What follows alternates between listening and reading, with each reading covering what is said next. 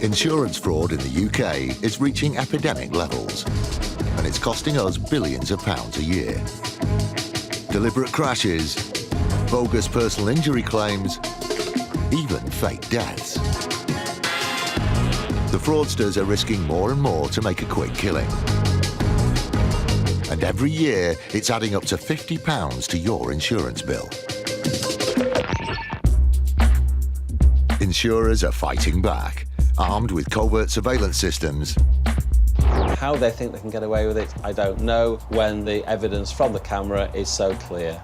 Sophisticated data analysis techniques. This is connected to a bank account and a second mobile phone number. And a newly formed dedicated police unit. Police, get back! They're catching the criminals red-handed. All those con men, scammers, cheats on the fiddle, now they're caught in the act and claimed and shamed.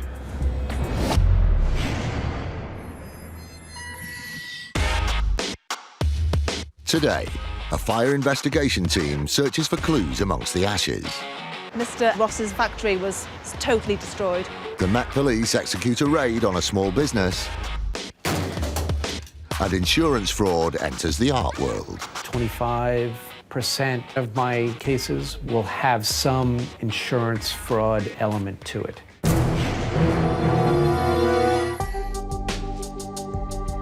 It's just after 9 p.m. on the 19th of August 2009. A massive fire has engulfed a carpet warehouse at the Knowsley Industrial Park, Liverpool. Fire service. Oh, hi, listen, I'm just working late, my warehouse is on fire, and all outside's on fire. Well, on the night the call came in, it was about 9:05 in the evening. A fire was reported by a treble 9 call. It's literally... sorry. Are you okay? Initially, the Merseyside Fire Department dispatched 2 fire engines to deal with the blaze. On arrival, Fire Officer Miles Platt knew they would need more help. I got called to the incident as it was developing. I quickly assessed the scene and I realised that this was a significant blaze. It was a warm summer's evening, there was a strong wind blowing, and this intense fire was spread over a large geographical area. And very quickly I realised that we'd need to get a lot of assets down there on the ground to actually deal with this incident and ultimately extinguish it. The Merseyside Fire Department arrives to find warehouse owner Elliot Ross watching his business go up in flames. There was a wide impact, so this significant blaze, there was real fear of that spreading to the adjacent properties, and the amount of water and resources that we got over a fairly long period of time actually to contain that blaze. The fire was so intense, 6 other businesses on the estate had their buildings damaged by the blaze. It took 12 fire engines to tame the flames. You've actually got pallets and machinery that's on fire. You've got vehicles in another geographical location which are on fire.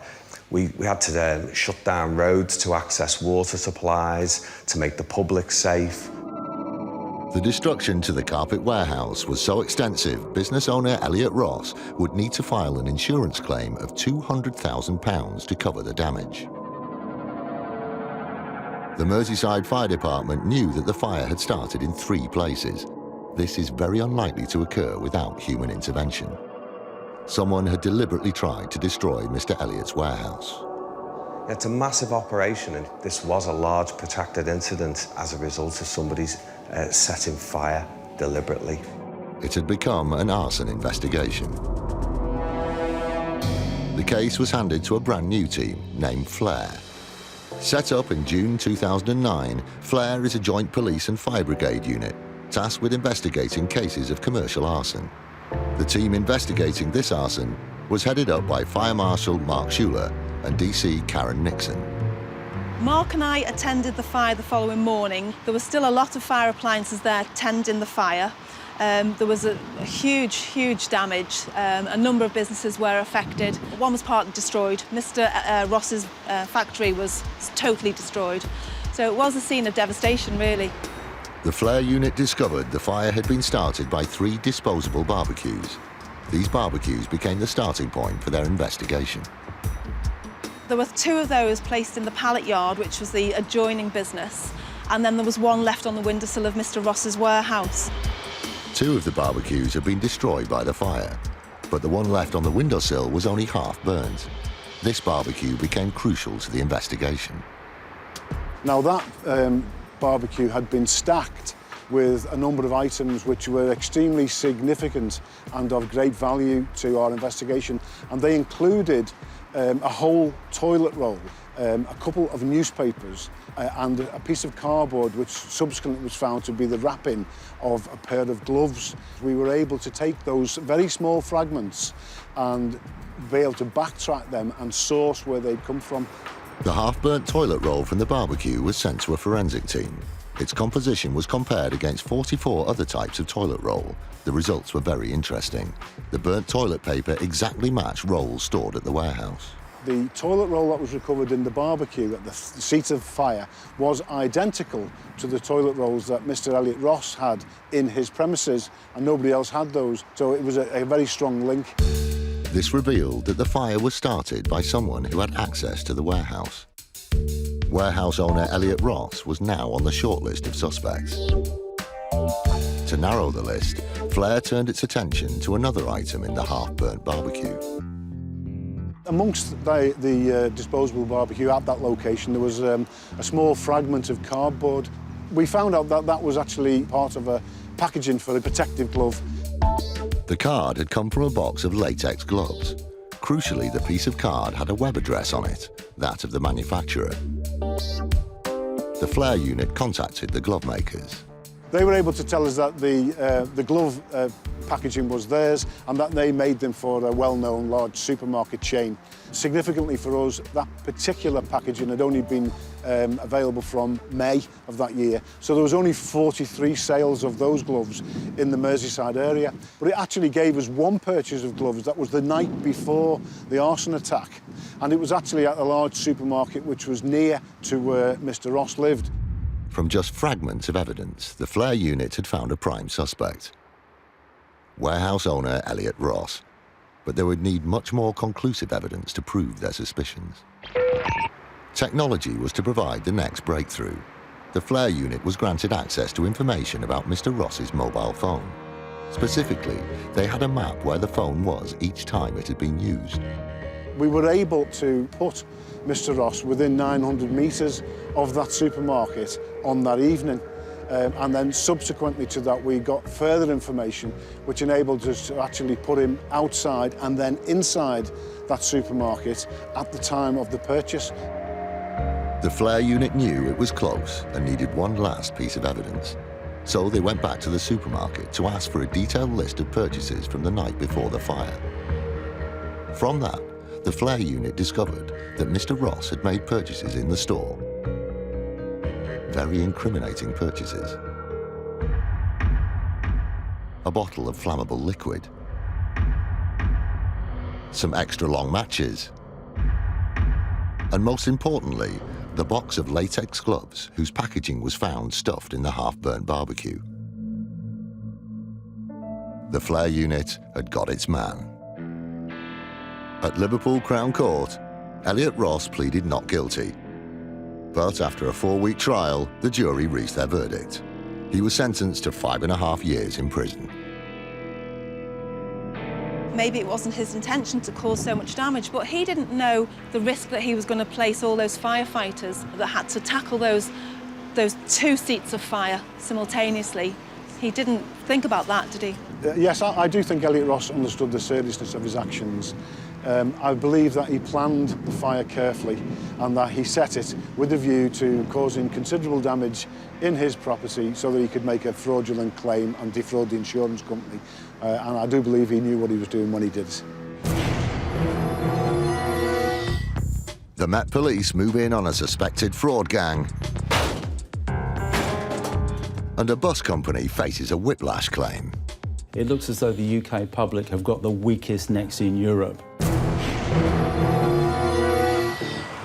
If you were involved in a road traffic accident, you might be approached by an accident management company.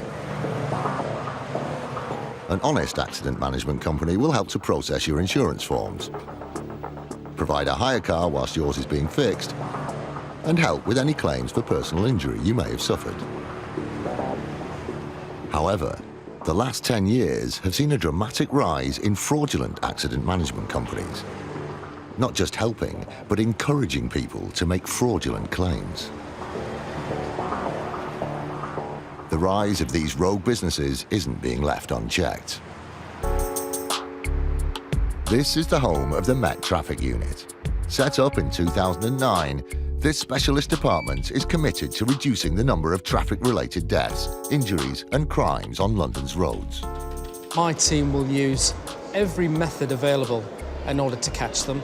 Overt tactics, covert tactics, the helicopter, any tactic that we can think of, we will use to catch these people. One of their missions is to eradicate fraudulent accident management companies.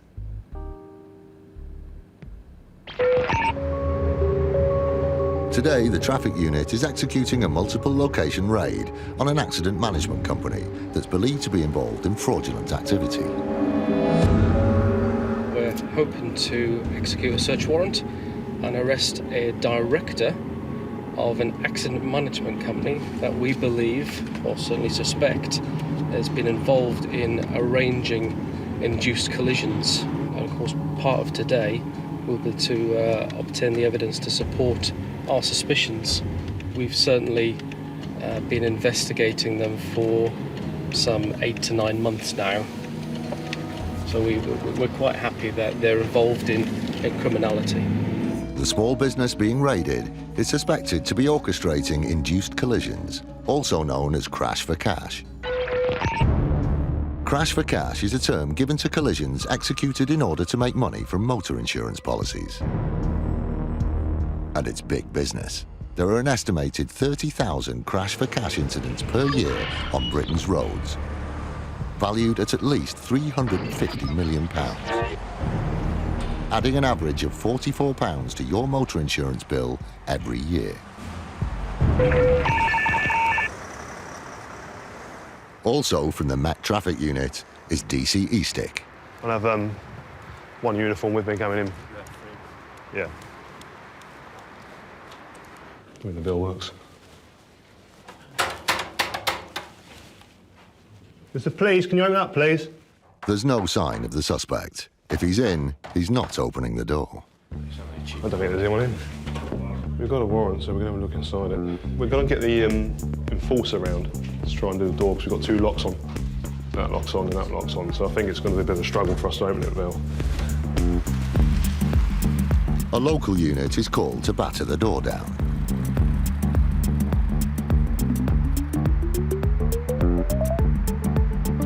If you want to hand it to this chap here to do the biz first.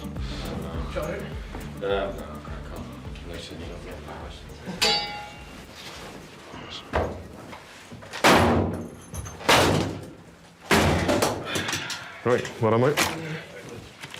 Thank you, sir. Thank you very much. It's all clear, there isn't everybody in. We've come to the address.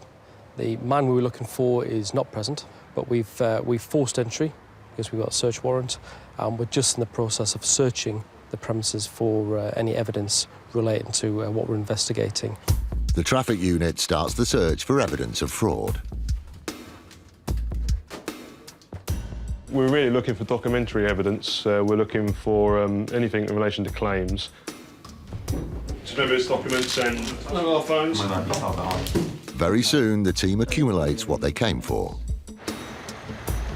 We found quite a lot of documents, a lot of banking documents, and a lot of documents in relation to accidents, even accidents that the actual person's had, who actually owns a flat or lives in the flat. And we found a lot of SIM cards in there as well. So I'm interested to know what that's regarding. Perhaps he's selling them on, or perhaps that's part of a larger conspiracy. DI Hindmarsh leaves the raid location.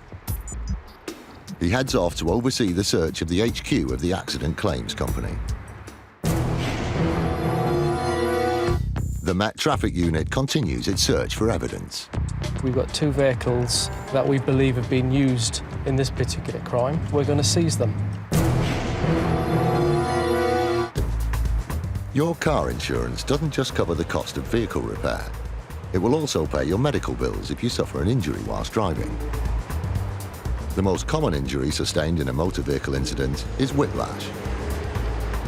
The most common form of whiplash injury that I see in my surgery results from a rear shunt car accident where the head gets forcibly thrown backwards and then forwards. That causes the muscles and the ligaments about the neck and the shoulder to stretch more than normal, and that causes pain and inflammation. Despite improvements in car safety features, in the UK, whiplash claims are at an all-time high. Around about 76% of all bodily injury claims that we receive are for whiplash claims. Insurers are paying out nearly £2 billion a year to the claimants. The cost to the NHS of treating whiplash has been estimated at £8 million a year. It looks as though the UK public have got the weakest necks in Europe. It's the 7th of February 2008, and the Route 9 bus is navigating the busy roads of Luton. Partway through its journey, it's obstructed by a badly parked car. The driver makes a mistake. He was confronted by a Golf which was parked at a very strange, awkward angle, so he had to slow right down and wait for approaching traffic to go by before he could try and manoeuvre around it. Unfortunately, as he manoeuvred around it, he misjudged the situation and he caught the car as he went by. The owner of the car, Shazma Dad, takes the details of the Arriva bus and its driver. Our driver, after the incident, quite rightly accepted that the accident was his fault and filled in the report form. Within 7 days of that incident, a solicitor's letter arrived at Arriva. That letter was claiming not only for the damage to the vehicle, but it was also claiming for personal injury. Miss Dad reported that the incident had left her with whiplash and difficulty in sleeping. She was now seeking financial compensation from the bus company. As a matter of course, the claims handler compared Miss Dad's account of events against the bus driver's report. The bus driver's report stated that no one was in the car at the time of the incident. Possibly something that could be resolved by one of the 9 cameras on the Arriva bus. And the rear-view camera revealed that Miss Dad was not in her car at the moment it was struck, confirming the bus driver's report. So where was she? The rear-view camera showed our driver getting out of his bus, walking back to the car, looking round, going into the nearby shop, walking back out with Miss Dad. So Miss Dad was not in her car at the time of the accident. In fact, she only learnt of the scrape after she'd been found by the bus driver in a nearby shop. Amazingly, Miss Dad still had the nerve to claim for whiplash. On being confronted with the CCTV evidence, Miss Dad withdrew her claim and paid costs and damages to the bus company. But that wasn't the end of it for her. We were not prepared to let it rest there. We want to send out a clear message to people that they should not try and defraud Arriva. So we passed the papers to the Bedfordshire Police and they decided to prosecute her for fraud. Shazma Dad pleaded guilty and was given a conditional discharge. I guess that bus companies are regarded by some people as an easy target, but what I should make clear to them is that bus companies are not easy targets, and in fact we are at the forefront of the fight against fraud.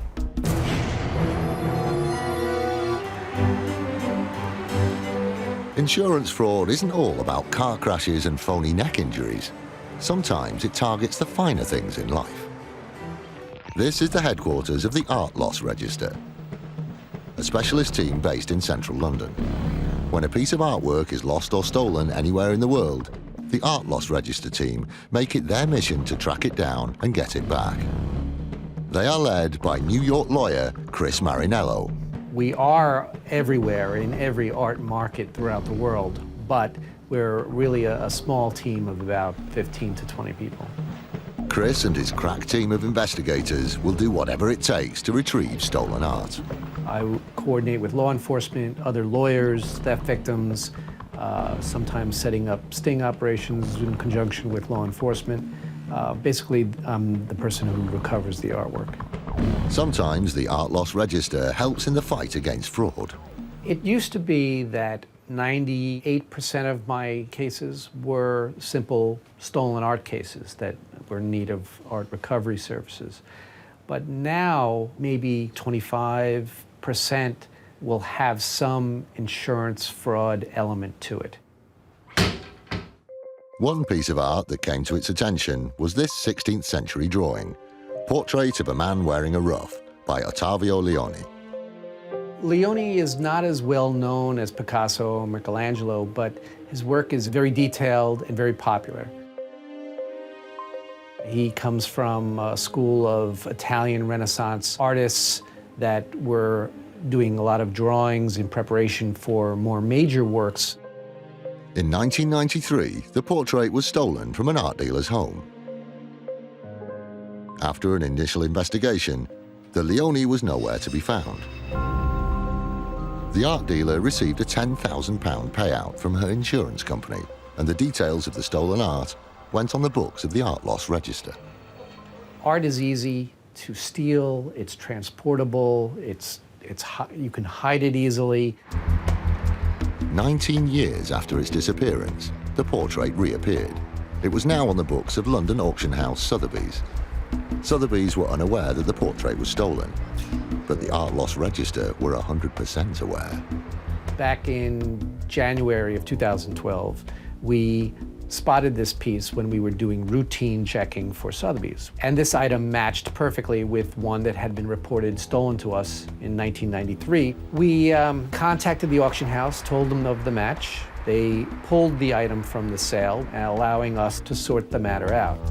Chris had contact details for the person selling the portrait, but no idea how they had come by the piece or what kind of person they were. He had to tread carefully. The person who had put the item up for sale could easily be involved in some seriously nasty crimes. Stolen art trades in the underworld at a rate of maybe 5 or 10% of the true value of the artwork. And they also barter amongst themselves for drugs and for weapons. And we've seen some hard evidence of a connection to international terrorism and the antiquities trade. Despite the unknown background of the seller, Chris decided to contact them directly. It transpired that the seller wasn't involved in underworld activity, but Chris was surprised at their response to his inquiry. I said, look, you're selling a stolen work of art. And she said, oh, no, I'm not doing that at all. It was stolen from me. And I said, oh, that's interesting. So you're our theft victim. The woman was both the current seller and the victim of the 1993 theft. This was a major surprise to Chris. He was determined to get to the bottom of where the painting had been for the last 19 years, so he questioned the woman further. I said, well, could you tell me the circumstances of how you recovered it? She said, oh, yes, my sister was shopping, found the piece, and then she remembered that it was mine, and she bought it, and then I bought it from her. Having received £10,000 from her insurance company for the loss of the portrait 19 years earlier, the woman could potentially be facing a fraud charge. However, with no proof that it was anything more sinister than a coincidence, Chris had to believe her. Advised by the original insurer, Chris gave the woman two options to avoid criminal proceedings.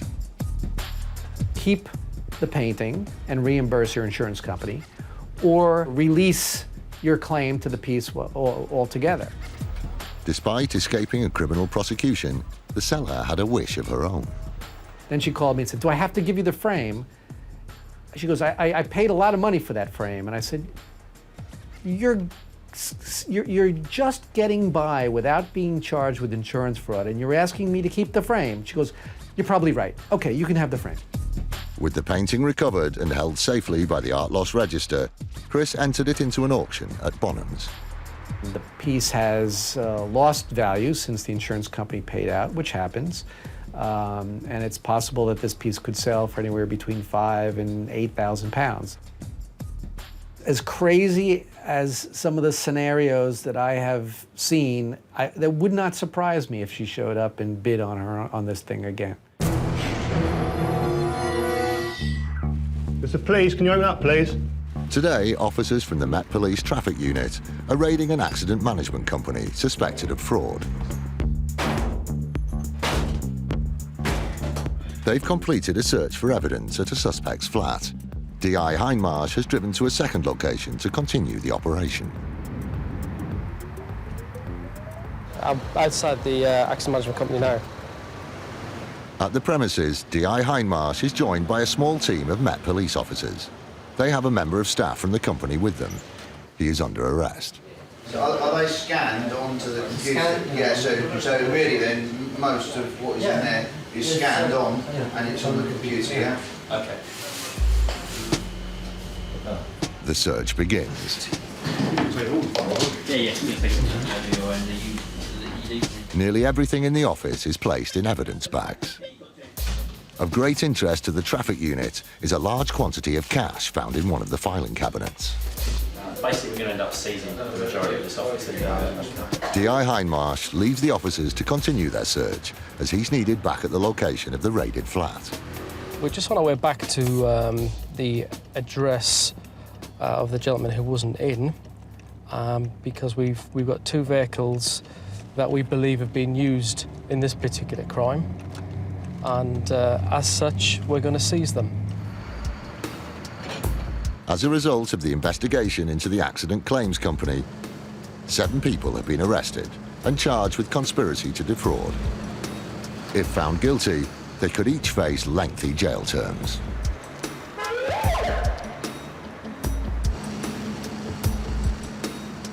We're really, really pleased with the results. This has been about 8 or 9 months of work to get to the arrest phase. So to get the result that we have, yes, we're really, really pleased. But the work continues.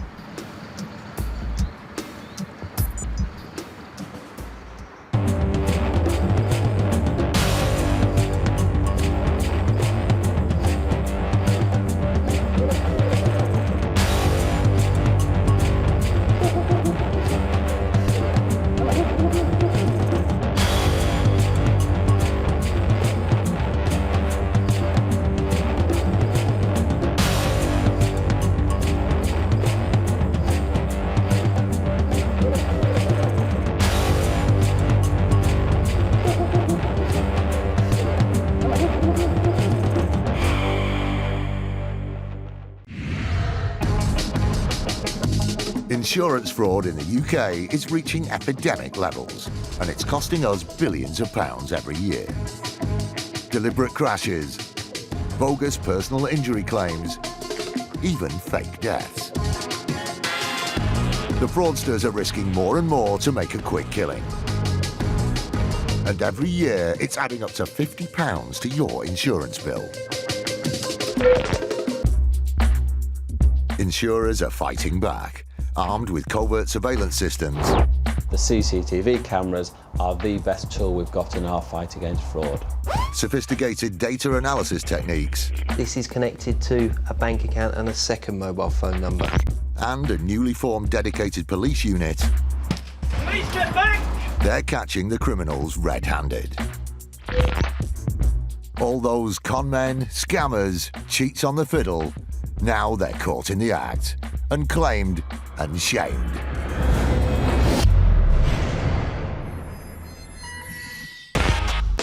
Today, a specialist police fraud unit is on the hunt for fake pet insurance claims. A crash for cash gang pick a big victim. And the infectious brake, yeah, got it. And an insurer is taken for a ride. This is a guy who claims that he'll never be able to work again and is in pretty well constant pain.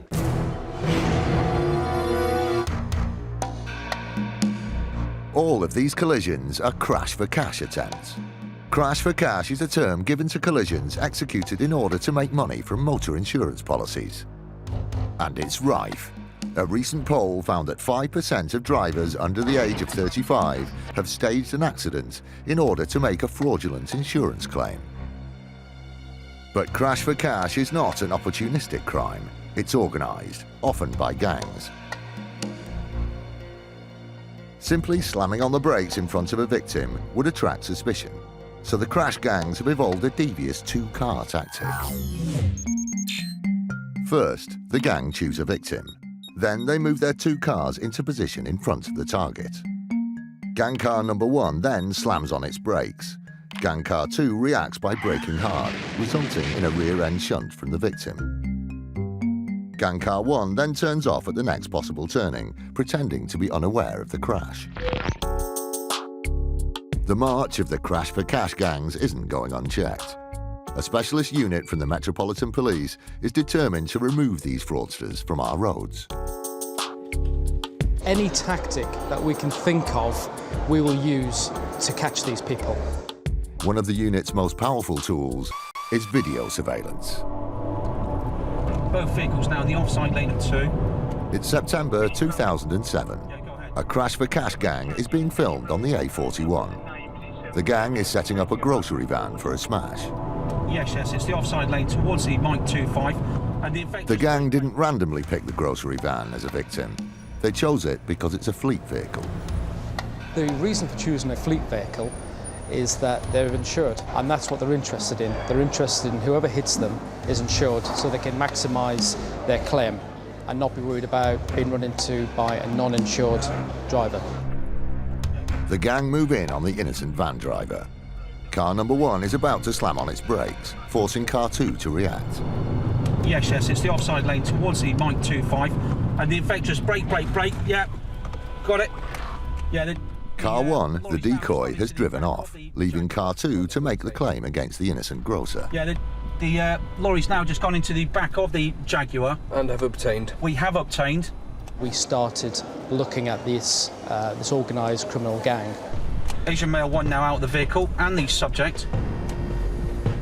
This smash was one of 3 claims the gang made, totalling £55,000. Thanks to the video evidence, they didn't keep a penny. All 6 were convicted. The main ringleader receiving some 8 months imprisonment, and the remaining 5 2-year suspended sentences.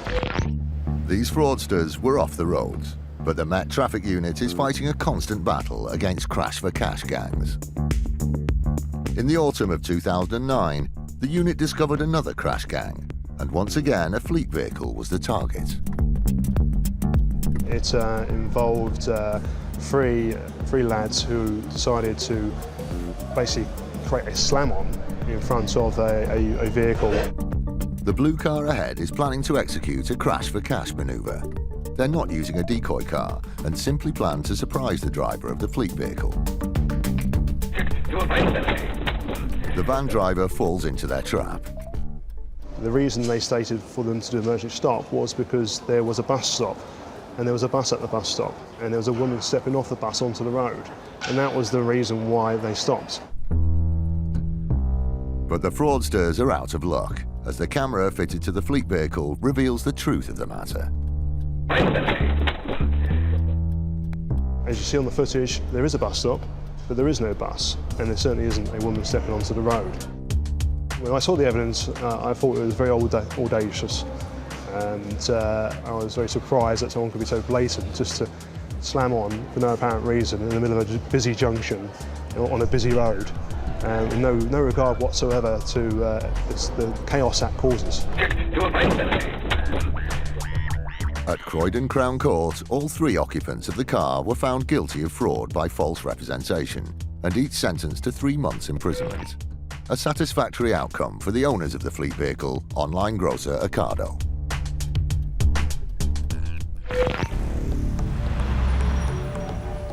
Specifically targeting our drivers is very distressing for them. It feels a bit like being mugged. It also affects their professional pride in the job that they do. Where we believe there's a fraudulent crash, we will pursue it right through the court system. There's no debate about that at all. We'll take it all the way. This sort of crime is probably a growing trend in this country now.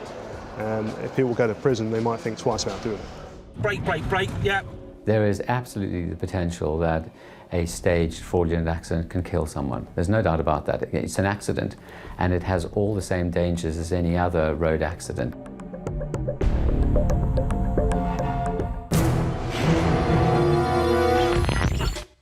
A police unit raids the home of a suspected insurance fraudster Yeah, okay. A corner shop in Barnsley gets torched. She lied to her family, she's lied to her friends, and she lied to the police about what happened. And a private investigator closes in on a shamed claimer. During the footage, it clearly shows him going up 40, 50 feet high in order to get on a ride. In the fight against the growing problem of insurance fraud, an elite police squad have come together to form IFED, the Insurance Fraud Enforcement Department. Insurance fraudsters are hitting us in our pockets. That's not right. IFED have been set up to combat that problem, and we will do so by making arrests all over the country. This dedicated team works tirelessly to bang up the crooks and con men getting rich off other people's money. If you commit insurance fraud, there's every chance that IFED are going to come knocking on your door and bring you to justice. Police, don't move, stay where you are! By April 2012, after only 6 months of operating, they had already busted 80 fraudsters, adding up to £12 million of fraud under investigation. Insurance fraud is seen at the moment as an easy touch. IFED are setting out to stop that and make these organised crime groups think again. IFED investigates every type of insurance fraud: personal injury, buildings, holiday, even pet insurance fraud. Fraudulent pet insurance claims rose from £420,000 in 2009 to £1.92 million in 2011, a nearly five-fold increase over 2 years. Today, IFED is planning a raid on a suspect known to have a long track record of claiming against multiple insurance policies. I've in fact dealt with her earlier this year about a number of cases, in fact 8 cases in total. This time when I arrest her, I'm going to have to be interviewing her about another 20 cases.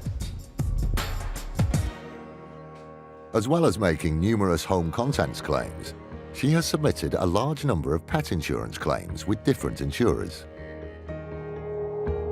I'm just getting the paperwork together and we're going to have to move quite quickly on this and arrest her sooner rather than later because the claims keep on coming in. On the raid, the IFED team will be keen to establish whether any of the supposedly deceased dogs are still alive. We've got information to suggest there is one Chihuahua which is alive, but we think there might be other dogs there as well. We're also going to be looking for computers and telephones, and you know, for evidence of her applying for the insurance policies. It's hard to separate, you know, fact from fiction. She comes up with a whole lot of stories, so we're going to have to be careful with the way we deal with her.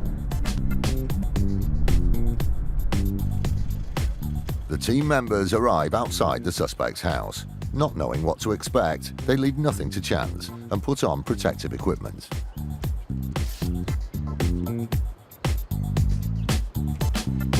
Hello, Alex Cooley, yeah. We met in January, didn't we? Do you want to take a seat? No, okay. Take a seat and I'll explain. I'm going to arrest you for a whole number of fake insurance claims. With access to the property gained, T.I. Cooley explains to the suspects what they're looking for. We need to look for evidence, basically to confirm what dogs you have, yeah, and to look for documentation to the insurance policies, okay? So, how many Chihuahuas? I saw one standing up. Staffy type pit bull, so just go easy. He looks like he's ready to jump. Yeah, okay. Your dog left. To shut that door, I don't intend to search that. We do need to get her to the police station as soon as practical. We're going to have a look and we're going to search the house for evidence relating to the insurance fraud. Before taking the suspect into custody, the IFED team ask her to direct them to any documents relating to insurance. Is there anything here that you can help us with to quicken our search? Any paperwork relating to those insurance claims? What, the claims that's gone on already, or...? Anything to do with insurance. Any claims. And I've now climbed off these. There's that one. Thank you. You just place it on there for us. Sorry, yeah. Anything like that. The suspect is compliant. She shows the team where to find the paperwork it has come for. If you just leave that there, we won't details, we won't take it with us. Is there anything upstairs in your bedroom?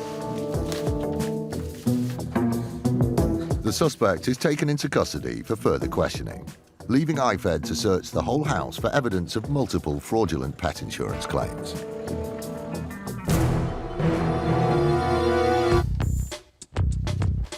IFED's search for evidence keeps running into little interruptions.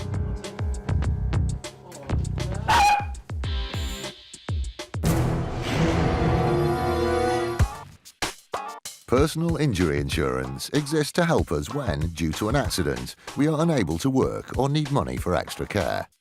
And like motor insurance, it's being abused by dishonest claimants. The number of personal injury claims received by insurers leapt 72% between 2002 and 2010, a figure that is set to rise. In 2007, this man was injured at work. The claimant had been operating a burger van. He was mopping up at the end of the day, and somebody had collided with the rear of it, as a result of which he'd sustained damage to both knees. Due to his knee injuries, the burger van owner sought compensation. Stating that he was no longer able to work, he claimed for £425,000 in lost future earnings. On top of that, he made a further claim for adaptations to his property. Shortly after the firm was instructed, we received a request for an interim payment to enable this guy to adapt his house to fit a through lift, a downstairs bathroom and a downstairs toilet, suggesting a very high level of disability indeed. This was an unforeseen expense for the insurer, but before they paid out on any adaptations to the burger van owner's house, some information about the claimant was discovered. Some medical evidence, though, emerged which suggested that he had convictions for fraud and dishonesty, as a result of which they became particularly interested in the possibility that this claim might be one that they should be looking at very hard. The insurer was suspicious of the claimant. They decided to call in the help of a private investigator. Insurers will sometimes commission surveillance when they believe that the injury which is being claimed does not support the level of damages which is beginning to emerge, and that was certainly the case here. The nature of his work means the investigator needs to remain anonymous. We specialise in surveillance as a company, and as a percentage, 75% of the surveillance we carry out is insurance fraud or insurance-related surveillance. Due to an anonymous tip-off, the private investigator was instructed to film the claimant for a whole Sunday. The solicitor was very keen for us to place the claimant under surveillance that particular weekend, so it was one Friday evening that I received a call on my mobile from the solicitor, and we dispatched a surveillance team. You know, it's very short notice for us to get the surveillance team and unit together and deployed out to the claimant's home address. He did come out of the house in the morning, seemed to be loading up and sorting out his car. Well, what unfolded was incredible, really. The claimant was on a day trip to an amusement park.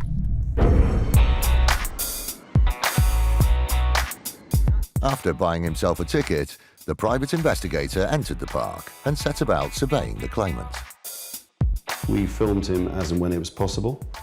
At the theme park, he was going on rides, and he did have a walking stick with him, but it didn't seem as though he was using it in a weight-bearing capacity. The video evidence showed a man capable of walking without the aid of a stick and comfortably handling a fairground mallet. Later on during the day, you know the strongman hammer, you bang it with a mallet and up it goes and you're trying to hit the bell. He was filmed using one of those. This is a guy who claims that he'll never be able to work again. He's totally restricted with his mobility and is in pretty well constant pain. That day, his claim to need a stair lift and downstairs bathroom was also to be dispelled. It's interesting that he claimed that he needed a ground floor bathroom and a stair lift. However, during the footage, it clearly shows him going up 40, 50 feet high in order to get on a ride. The surveillance op filmed the claimant managing a 4-storey ascent before shooting down an amusement ride.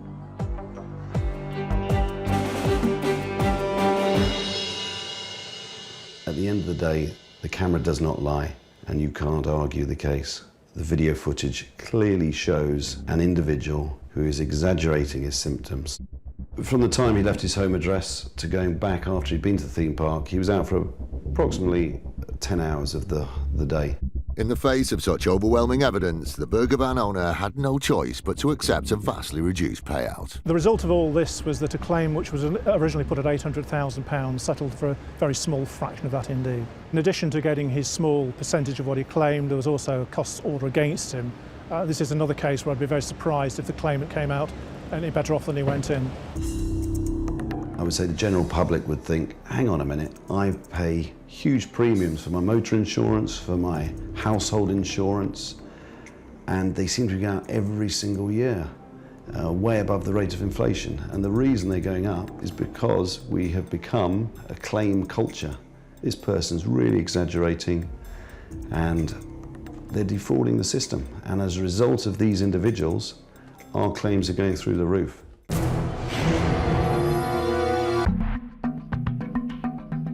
Most business premises in the UK are insured against property damage. A sensible measure when you consider that in the UK in 2009, large-scale fire damage costs totalled £865 million. Shockingly, 40% of all fires at commercial premises are subsequently found to have been arson. Meet Sukhjit Kaur. She and her husband used to own D&S Super Save, a corner shop in Barnsley, South Yorkshire. D&S Super Save had been serving the needs of East Barnsley until a terrible event destroyed the family business. It was 3:30 in the morning, the 9th of March 2010, when the police received a call from Mrs. Carr. Mrs. Carr was in a very hysterical state, and she was at a neighbour's address at the time.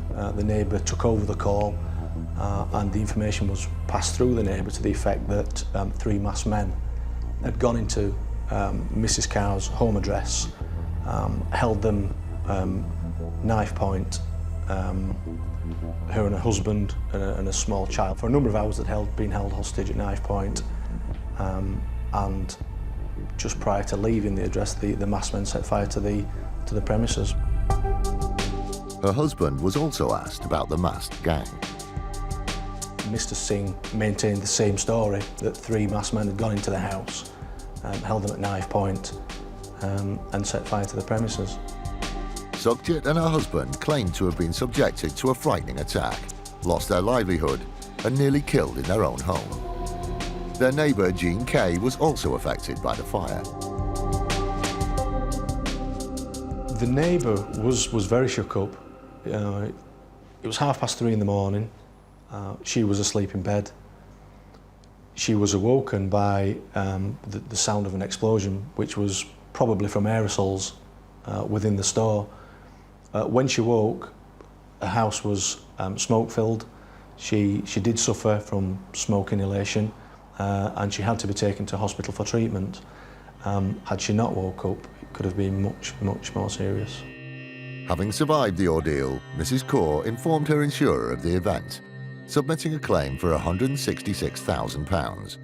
With this payout, Sukhjit and her husband could rebuild their business. Their insurer began to process their claim, but soon hit a snag.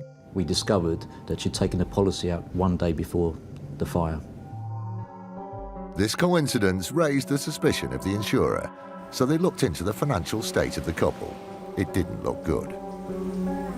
Mrs. Kaur told our loss adjuster that the business had been in financial difficulty for some years. They used to run a post office which went, and for the last 6-7 years they'd had great difficulty in surviving, and she'd borrowed lots of money from a local money lender. She didn't admit to the loss adjuster or to us exactly how much she owed, but we know, having done the background checks in terms of financial status, and this is in the public domain, that she owed up to, or she had CCJs to the value of £150,000. With a business deeply in debt and a potential insurance payout of £166,000, the insurer had good reason to suspect Sukhjit and her husband were involved in the arson. So South Yorkshire Police brought her in for questioning.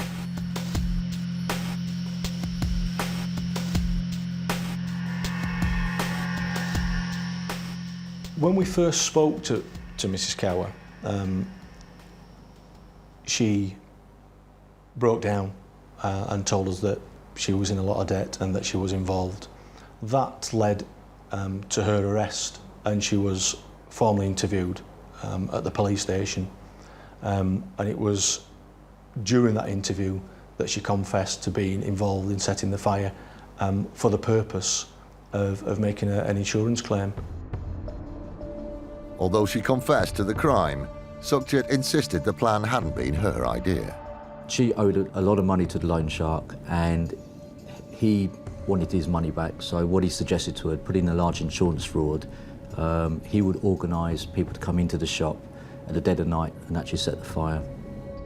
At Sheffield Crown Court, Sukhjit Kaur was sentenced to 5 years for conspiracy to defraud, later reduced to 4 years on appeal.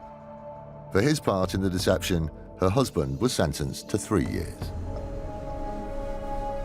She had, of her own accord, managed to get herself into a lot of debt.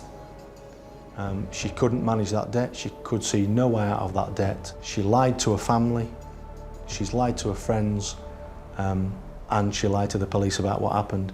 When we found out they'd been given custodial sentences, for us at Allianz, it was a very pleasing outcome. It sends a message out that insurance fraud is no longer a victimless crime.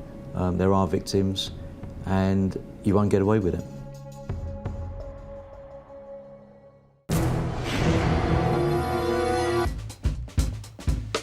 Today, the Insurance Fraud Enforcement Department, IFED, has raided the property of a woman suspected of multiple attempts of pet insurance fraud. She's been taken into custody, leaving the team to search her property for evidence. Her boyfriend has just arrived outside. Oh, the boyfriend's here, right, okay. She's just with a female officer because we're going to be questioning her today in police station. Well, she was dealt with for a number of offences earlier in the year, as you know. Unfortunately, there are offences which have occurred more recently, and some going back over the last couple of years. IFED resumes its search.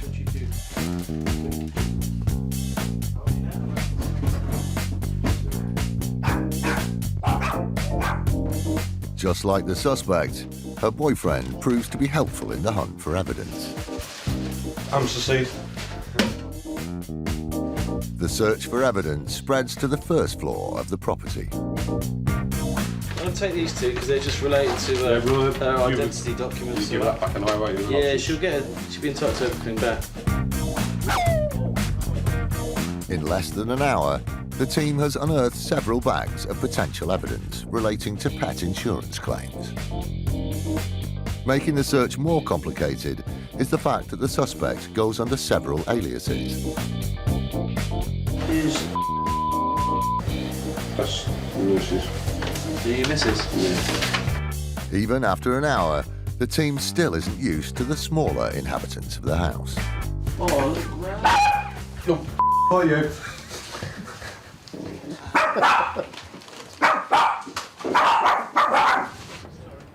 IFED has seen enough. It has a boot full of potential evidence, leaving the team confident of a conviction. It is putting money on everyone's insurance policies because the fraud element is always taken into account by the insurers. So hopefully by arresting the suspect today, we'll make some small contribution towards turning things around, so that hopefully one day insurance premiums can start to come down. If convicted of fraud, the suspect could face a punishing fine and a spell in prison.